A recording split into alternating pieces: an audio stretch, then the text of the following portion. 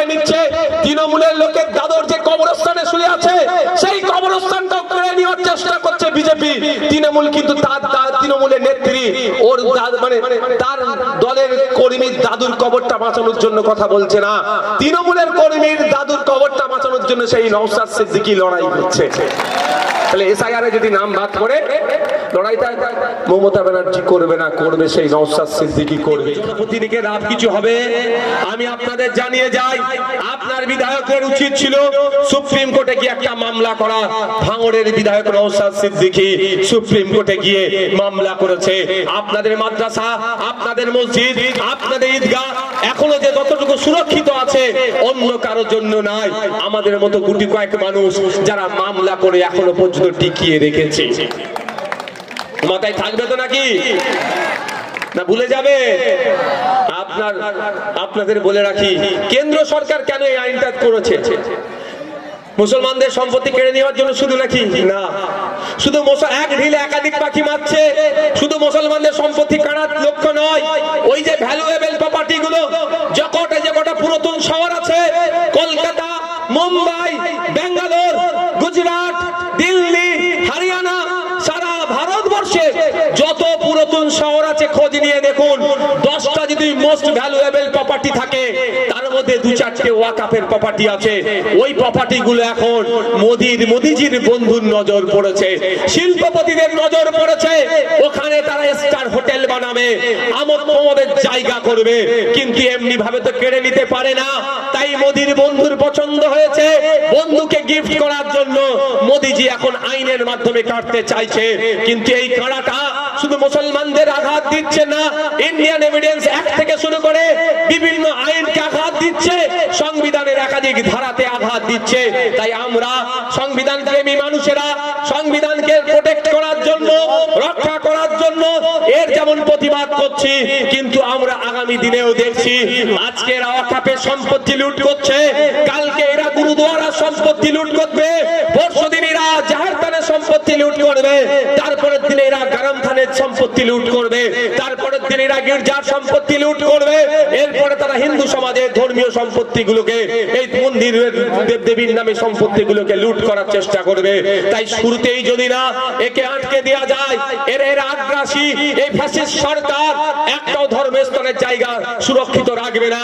সবটা এরা ব্যক্তিগত স্বার্থ চরিতার্থের জন্য দখল করে নেবে নতুন আইনের মাধ্যমে। গত কয়েকদিন আগে দেখছিলাম যে বিভিন্ন পেপার পত্রিকাতে, বিভিন্ন সোশ্যাল মিডিয়ার মাধ্যমে দেখতে পাচ্ছিলাম যে আরএসএস এর সদর দপ্তর দিল্লিতে আছে, তাদের গাড়ি পার্ক করার মতো জায়গা আর পাচ্ছিল না। 1400 বছরের নাকি 140 বছর, প্রায় 140 বছরের, সরি 1400 নয়, 140 বছরের পুরাতন একটি মন্দিরকে তারা ভেঙে চুরমার করে দিয়ে, উড়িয়ে দিয়ে ওই জায়গাটাকে খালি করে এরা এদের গাড়ি পার্কিং এর জায়গা করছে।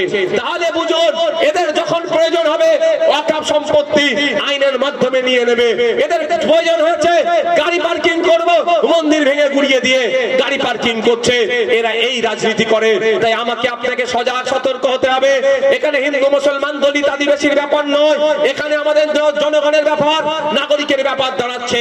ঐক্যবদ্ধ হতে হবে, দলবদ্ধ হতে হবে। সামনে 2026 সাল আসছে, এর জবাব আমরা গণতান্ত্রিক প্রক্রিয়াতে দেব, সেই জায়গা আপনাদের আছে। দেখুন, সংবিধান আপনাকে পাওয়ার একটা দিয়েছে, সব থেকে বড় অস্ত্র সংবিধান আপনার হাতে তুলে দিয়েছে। আর্টিকেল 326 ইটস মিন আপনাকে ভোট দানের পাওয়ার দিয়েছে। মোদিজির একটা ভোটের যত ক্ষমতা, নওশাদ সিদ্দিকী এমএলএ একটা ভোটের অতটাই ক্ষমতা, মমতা ব্যানার্জি রাজ্যের চিফ মিনিস্টার ওনার ভোটের অতটাই ক্ষমতা, আর আপনারা যারা চটে বসে আছেন আপনাদেরও ভোটের একই ক্ষমতা। এটাই আমাদের ডেমোক্রেসি, আমাদের মহান সংবিধানের পাওয়ার দিয়েছে। তাই আপনারা, আপনাদের সাথে ইনজাস্টিস হলে, আপনাদের সাথে অন্যায় হলে যেমন প্রতিবাদ হবে, গণতান্ত্রিক প্রক্রিয়ায় প্রতিরোধ হবে এবং আইনি লড়াই হবে, ঠিক সাথে সাথে আপনাকে আমাকেও সংবিধান প্রতি 5 বছর ছাড়া ছাড়া যারা আইন তৈরি করছে, যারা আইনের বাস্তবায়ন করছে, তাদেরও পাল্টানোর সুযোগ দিয়েছে। তাই আমরা প্রতিবাদ করব, প্রতিরোধ করব গণতান্ত্রিক প্রক্রিয়ায়। আগামী 5 বছরের জন্য 2026 সালে আমাদের কাছে সুযোগ আসছে। ভাঙর যে আশার বীজ বপন করেছে সেই বীজ আছে গাছে পরিণত হয়েছে, শুধু ফলের অপেক্ষা। ভাঙর ফল দেবে, ক্যানিং ফল দেবে, ঘুটিয়ার সেই ফল দেবে, বাসন্তী ফল দেবে, দার্জিলিং ফল দেবে, জঙ্গলমহল ফল দেবে। সুষ্ঠু সমাজ ব্যবস্থা একটা গড়ে তুলবো। সেই সুন্দর সমাজ ব্যবস্থা, সেই সকালে নারী তার অধিকার নিয়ে মাথা তুলে বাঁচবে, পুরুষ তার অধিকার নিয়ে মাথা তুলে বাঁচবে। সরকারি কর্মচারীরা কেন্দ্রীয় সমাহারে দিয়ে পাবে, 6-8 ঘন্টার বেশি তারা ডিউটি করবে না, শূন্য পদে পূরণ হবে। বাচ্চারা স্কুলে গিয়ে শুধু মিড ডে মিল খেয়ে চলে আসবে না, ওখান থেকে এই শিক্ষা, উপযুক্ত শিক্ষা নিয়ে ফিরে আসবে।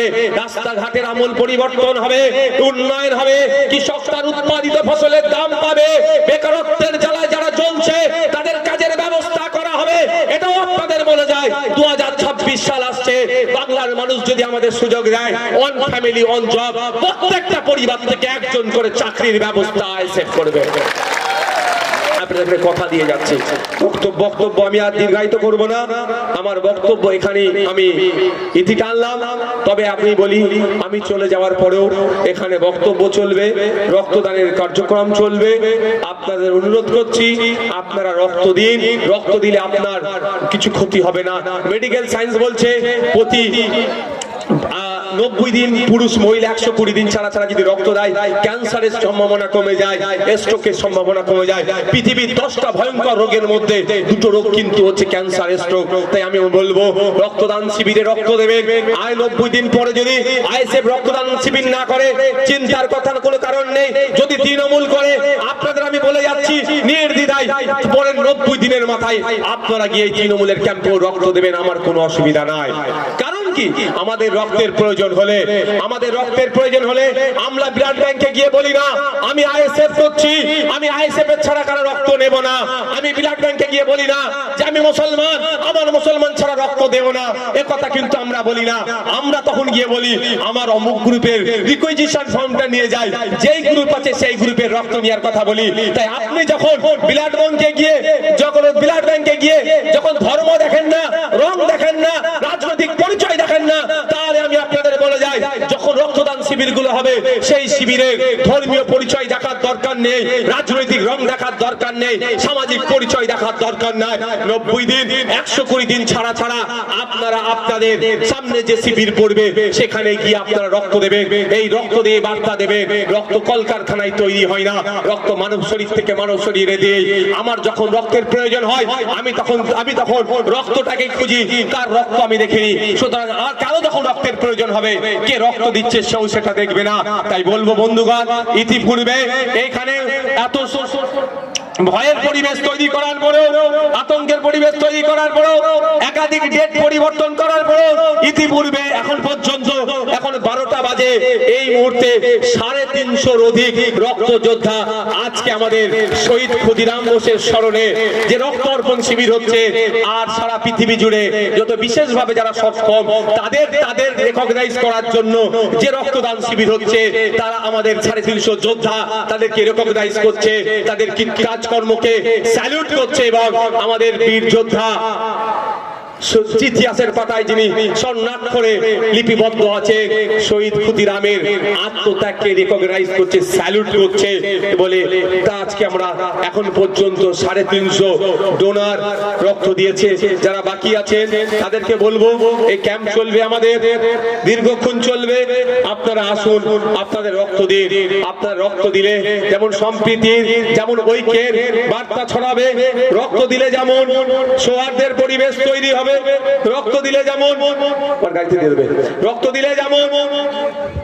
ঐক্যের পরিবেশ তৈরি হবে, এই রক্ত দিলেও আপনার স্বাস্থ্য ভালো থাকবে। তাই অনুরোধ করছি, আমি এক বিশেষ কারণে একটু বেরিয়ে যাচ্ছি, সেই কারণটা আপনাদের বলবো। একবার বলেছিলাম, খেয়াল আছে তো, যে আমি সুপ্রিম কোর্টে এসআইআর এর বিরুদ্ধে মামলা করেছি, মামলা নাম্বার 68,938/2025। তো তাই আপনাদের বলবো, সেই একটা আমি গোপনে গিয়ে কাজটা করে এসেছি। তো কিছু না। তো আজকে আমি বেরিয়ে যাচ্ছি, তো কিছু ভালো আপনাদের জন্যই আছে, এটাও আপনাদের আমি বলে যাচ্ছি। এসআইআর করে নাটক করলে আপনারা চিন্তিত হবেন না, ক্যানিকের মানুষ চিন্তিত হবেন না, এ বোদরার মানুষ চিন্তিত হবেন না, এসআইআর নিয়ে আপনারা চিন্তিত হবেন না। আমি এখানে আপনাদের কথা দিয়ে যাচ্ছি, এসআইআর অন্যায় ভাবে যদি একটা ভোটারের নাম বাদ পড়ে, সেই একটা ভোটারও যদি তৃণমূলের হয়, ওই তৃণমূলের লোকটার জন্য ইন্ডিয়ান সেকুলার ফ্রন্ট আইনি লড়াই করবে, এখানে কথা দিয়ে যাচ্ছি। আপনারা নিশ্চিন্তে থাকুন, কারণ সামাজিক পরিচয় রাজনৈতিক পরিচয় ভিন্ন হতে পারে, কিন্তু আপনাদের রাজনৈতিক পরিচয় ভিন্ন হতে পারে, সামাজিক পরিচয় আমরা এক, আমরা ভারতীয়। সুতরাং আর্টিকেল 326 যদি ভায়োলেট করে, তার অধিকারকে বাস্তবায়ন করার জন্য, তার অধিকারকে ফিরিয়ে নিয়ে আসার জন্য, তার পাশে তার দল থাকুক আর নাই থাকুক, আইএসএফ থাকবে, শাহাবাতুল সিরাজিরা থাকবে, এই অঞ্চল নেতৃত্বরা থাকবে, হাজী সাহেবরা থাকবে, সর্বোপরি আপনাদের ছোট ভাই নওশাদ সিদ্দিকী তার পাশে থাকবে। আমি কথা কেন বললাম? মসজিদ কেড়ে নিচ্ছে, মাদ্রাসা কেড়ে নিচ্ছে, তৃণমূলের লোকের দাদর যে কবরস্থানে শুয়ে আছে, সেই কবরস্থানটাও কেড়ে নেওয়ার চেষ্টা করছে বিজেপি। তৃণমূল কিন্তু তার তৃণমূলের নেত্রী, ওর মানে তার দলের কর্মীর দাদুর কবরটা বাঁচানোর জন্য কথা বলছে না, তৃণমূলের কর্মীর দাদুর কবরটা বাঁচানোর জন্য সেই নওশাদ সিদ্দিকী লড়াই করছে। তাহলে এসআইআর যদি নাম বাদ করে, লড়াইটা মমতা ব্যানার্জি করবে না, করবে সেই নওশাদ সিদ্দিকী, করবেই খান ছিল।